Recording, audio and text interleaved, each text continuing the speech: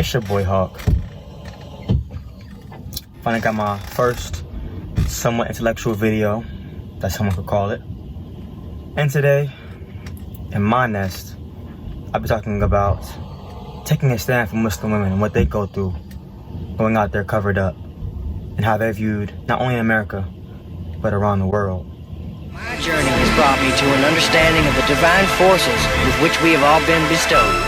It was in this search that I came upon a revelation, which has called me to guide millions of people towards their righteous destiny.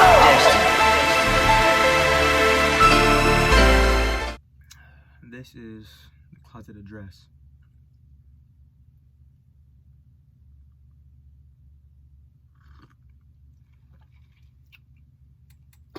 There are some cases that's happened in the past couple of months that we're going to also touch up on and give my opinion on the situation. And but first, I feel like people need to understand about the truth of the Muslim woman and why she chose their religion and what she practices as a Muslim woman and their rights. And I'm trying to figure out how people feel like they are being oppressed.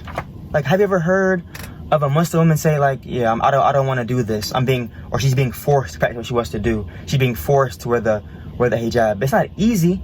And let's be honest, we've seen Muslim women not wear the hijab, and nobody ever says, oh, she's wrong. And if they do, they're wrong for doing so, because it's not our place to put someone down. I don't care who you are. I don't care if you are Aki. I don't care if you are a sheikh. It's not your place to put nobody down. Before you put somebody down, what you should do is inform them. Tell them what the right way to do is. Don't bash them. Because if you bash them, all you're doing is push them away. It's not making anything better. So first, I want to say that all men and women are equal in a religious law, in Islamic law, first of all. Right? Let's understand this. The reason why men and women are treated equally. The reason why men and women dress differently in Islam is because biologically we are different, right? We're different. I don't have boobs or a Coke bottle shaped like a woman does. So for me in Islam, my coverings would be from my navel to my knees. But for women, it would be her hair, her bosoms, her lower body. And some women like to wear or choose to wear the niqab or the burqa. Speaking on that, I like to say first, there was a time in Afghanistan, a couple years ago, I believe, that women were forced to do so. Now, that being said, that is wrong, that is unjust. But we know that there are extremist groups in the Middle East that do not know their religion. So, when a country bans women from wearing the niqab because of, in the name of freedom, where does that even correlate? Like, what does that even make any sense? I don't get it. If it's the name of freedom, let them wear what they want to wear. Right? I mean, doesn't that make sense? And Egypt and Syria actually surprised me, knowing that the most of the state is Islamic. So in Syria, they banned the veil in 2010 being worn in universities. And the Egyptian parliament banned the niqab in March 2016. Then, today, probably about a couple months ago, a man by the name of Boris Johnson, who wants to be a representative, who is the Prime Minister of the United Kingdom, That's a leader, guys. Crazy. Criticized the burqa. And what he said was ignorant. Like, but when I saw it, I'm like, where do you get pleasure from doing so? Right? And he had so many different offensive ways of describing the burqa also. And one of his famous ones that I've seen on Instagram, he once said, quote, "I would go further and say that it's absolutely ridiculous that people should choose to go around looking like a letterbox." Wow. And honestly, I mean, you're the only one that's out there doing so, like, especially in these times. This is crazy to me. So I went on YouTube, just to brush up on the law. And, France also banned the niqab and the burqa. So I was just curious to see. And they interviewed a Muslim woman that wore the burqa. I'm sorry, the niqab, I'm sorry. They interviewed her. And she spoke on what she feels like. And she mentioned, like, if I can't wear what I want to wear, then where does the equality and the freedom come into play? And I feel like if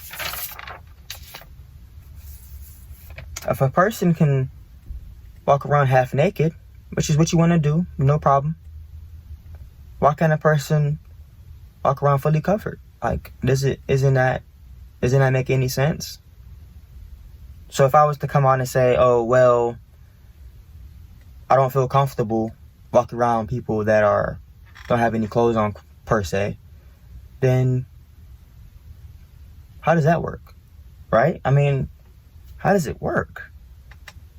So going back to my first point on the fact that Muslim women and men are covered, right? I feel like I should go ahead and just, say some excerpts that are in the Quran on it, so it's more of understanding. Before I continue, I want to go ahead and say, like, I'm not a scholar, not an imam, but like I said, I have sisters that wear the hijab, and I feel like people need to understand that, like, doing so isn't easy.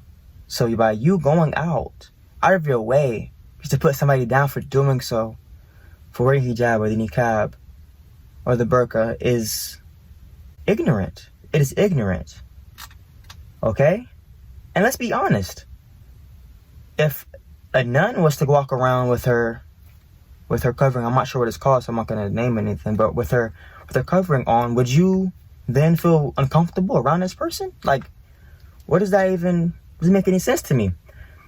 So let's start from the fact that women are respected in Islam. If you don't respect them, then you're not a Muslim man, basically. If you're not, our job as men in Islam is to protect our women. And let's start from Surah An-Nur, verse 30. This is writing to the man. Say to the believing men that they should cast down their glances and guard their private parts by being chaste. This is better for them. What does this mean? It's telling the man to not only put down their glance when women walks by them, look down in respect, and to cover our private parts. Now, the next verse says, say to believing women that they should cast down their glances and guard their private parts by being chaste. Same thing. We are equal. Even though we have a different way of dressing, we are still equal.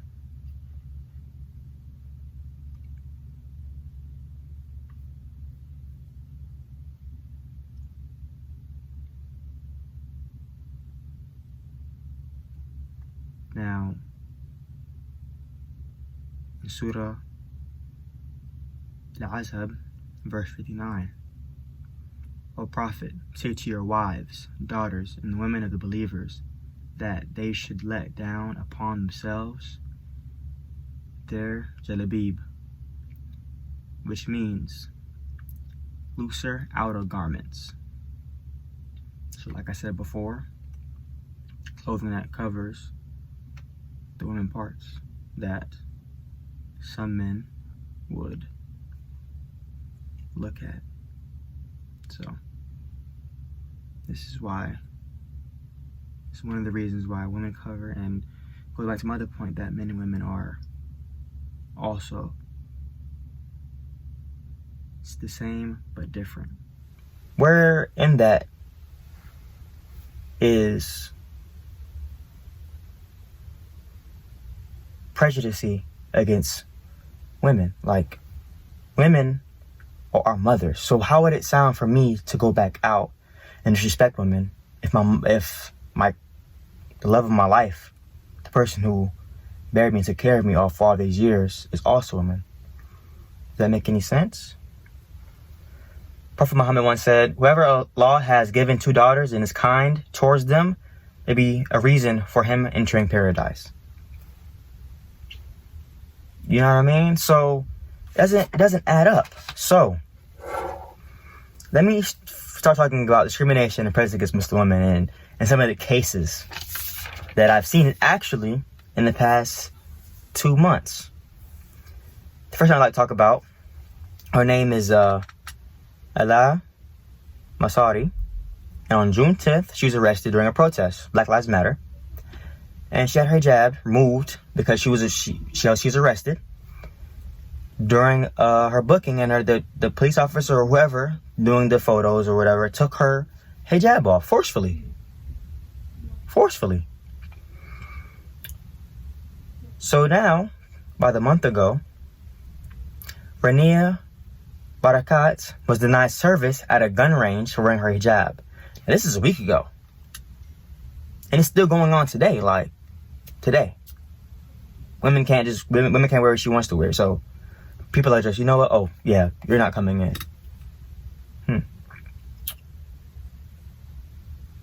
One sister at Starbucks is getting a coffee.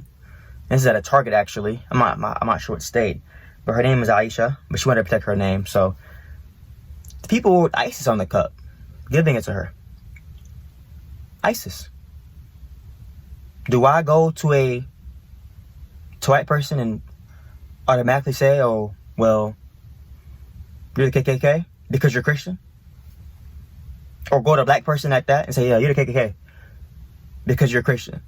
Because KKK, that's how they justify what they do and how they feel about everybody else through Christianity. Does that make any sense to you guys? So my take on it is this. If you preach freedom, if you preach equal rights, do not put anyone down for practicing what they want to practice. Because Muslim women will tell you, I choose to wear what I want to wear. Me, if I was married, me as a man, I can't tell her like, look, oh yeah, you have to wear this on your face.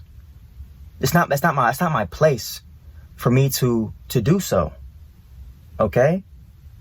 And it's sad that I feel scared for my mother or my sister to leave the house because people are now acting out. You have people, or people call them Karens or racist people, that are just harassing folks, like, because of their skin color or what they were, or what they believe in. And it shouldn't be that way. It shouldn't be that way at all. So what I want people to do is, before you speak on something or voice your opinion on something, do your research. Ask somebody, like, look, like, do you feel like you're in prison? Like, that's how somebody explained it. She felt like it was She was a dancer in France during the documentary I just watched, or the video I just watched. She said like she felt like the burqa is basically like a prison for women. A prison. So, I'm speaking to the Muslim men out there. We need to actually take a stand for our Muslim sisters, because it doesn't make any sense. As much as possible, nobody should be quiet during the situation. Nobody. I shouldn't have to feel some type of way about my mother leaving the house because people are just acting out.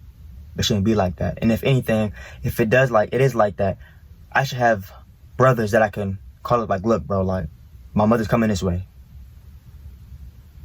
Can you look out? Like, if you over here, can you look out? Or look, somebody bothering somebody. Like, we need to come together and make sure everything's straight. Because if you don't do so, people not gonna care. Honestly. So, hopefully I touched bases on everything I want to touch bases on. Hopefully what I said makes sense. I ain't signed any kind of way. And one more thing. If you're a Muslim girl watching this, you are strong and you are beautiful. And keep doing what you're doing. And honestly, people hating on you. Because how can you cover up and still be pretty? Still be beautiful? People hating on that. People gotta show off what they got just to get people to like them. So keep doing what you're doing. And for those that hate, keep hating. Be good. Be out over here. Alright? So with that being said, you've been listening to my podcast. And my name is Hope. This is my nest. So until next time, Assalamu alaikum. Yo, thank you for watching. Yes, I'm in the closet. I need some more quiet. Anyways, please like, please subscribe. I got more stuff coming, more workouts, more motivation, and more intellect. See you guys next time. Assalamu alaikum.